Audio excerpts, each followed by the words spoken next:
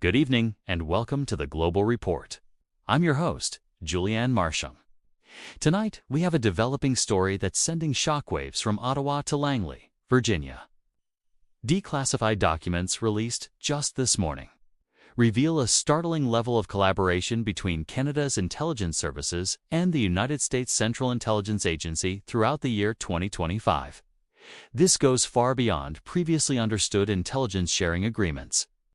For decades, the Five Eyes Alliance has been the cornerstone of Western intelligence, a pact between the US, UK, Australia, New Zealand, and of course, Canada. We've always known this meant sharing signals, intelligence, and cooperating on counterterrorism. But these new files paint a picture of a much deeper, more operationally entangled relationship than the public was ever led to believe. Let's break down what we've learned. The documents detail a joint covert operation codenamed Project Borealis. It wasn't just about sharing data. It involved Canadian Security Intelligence Service, or CSIS agents, being embedded directly within C.I.A. operational teams. Their mission? To disrupt a sophisticated global network specializing in the trafficking of advanced AI-driven cyber weapons. This network, known only as the Syndicate, was reportedly on the verge of selling autonomous digital warfare tools to non-state actors, a threat deemed critical by both nations. According to the files, Canadian agents weren't just analysts sitting behind desks in Langley. They were on the ground in key European and Southeast Asian hubs, leveraging their unique access and skill sets. One annex highlights the role of a CSIS officer who, under a meticulously crafted cover identity, infiltrated the inner circle of a key syndicate financier in Geneva.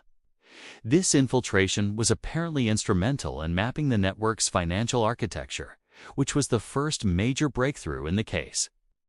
The operation was a high-stakes gamble.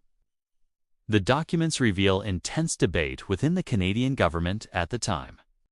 Concerns were raised about sovereignty, accountability, and the potential for Canadian personnel to be involved in activities that might contravene our own domestic laws and international norms. A memo from the then Deputy Minister of Public Safety explicitly warned of the significant diplomatic and legal blowback should the operation be exposed. But the perceived threat of these AI weapons was apparently so severe that the Prime Minister's office gave the final green light in late 2024. The justification, outlined in a heavily redacted briefing note, centered on the argument that the syndicate's activities represented a clear and present danger to global stability that superseded traditional jurisdictional boundaries. It framed Project Borealis not just as an alliance, but as a necessary fusion of capabilities against a new breed of transnational threat. So, what were these cyber weapons? The technical specifications are still mostly classified, but experts we've spoken to describe them as sentient malware. Unlike conventional viruses, these tools could apparently learn, adapt, and make independent decisions to achieve their objectives, whether it was collapsing a nation's power grid or manipulating financial markets. The idea of such technology falling into the wrong hands was, and still is, a nightmare scenario for security agencies worldwide. The success of Project Borealis is not in dispute.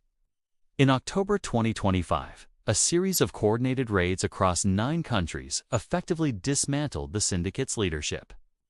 Key assets were seized, and the AI weapon prototypes were secured before they could be deployed or sold.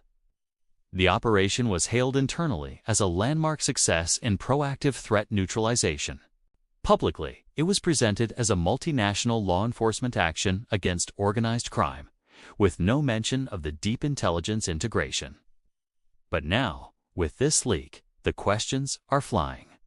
Opposition parties in Ottawa are already calling for an emergency session of the Public Safety and National Security Committee. They're demanding to know who authorized this level of integration, what oversight was in place, and what the rules of engagement were for Canadian agents operating under C.I.A. command. The term shadow foreign policy is being used, suggesting that Canada's intelligence apparatus was conducting operations far outside the scope of public or even parliamentary knowledge. A spokesperson for the Prime Minister's office today stated that they could not comment on specific intelligence operations, past or present, but assured Canadians that all activities undertaken by our security services are in accordance with Canadian law and are subject to robust review. However, critics are pointing out that the very nature of Project Borealis seems to test the limits of that statement. When a Canadian agent is operating in a foreign country, under the command of a foreign agency, whose laws and whose review processes take precedence. This story also reignites the long-standing debate about the balance between national security and democratic transparency. In an age of rapidly advancing technology and borderless threats, how far should we allow our intelligence services to go? And how much do citizens have a right to know? The government in 2025 clearly decided that secrecy was paramount. But today, in the light of these revelations, that decision is facing intense scrutiny. We reached out to several former CSIs and CIA officials for comment. Most declined, citing the sensitive nature of the topic. However, one retired senior CIA officer, speaking on the condition of anonymity, told us that the Canadian contribution to Project Borealis was absolutely critical. He said, "Their personnel brought a level of technical and human intelligence skill that we simply did not have in certain areas." This wasn't a case of the big guy telling the little guy what to do. This was a genuine partnership of equals against a threat that could have plunged us into a new kind of dark age. That sentiment, however, may not be enough to quell the political storm brewing in Ottawa. The core issue remains one of sovereignty. Did Canada essentially loan out its intelligence agents to a foreign power, engaging in covert actions that were never debated or approved through our democratic processes? That's the question at the heart of this entire affair.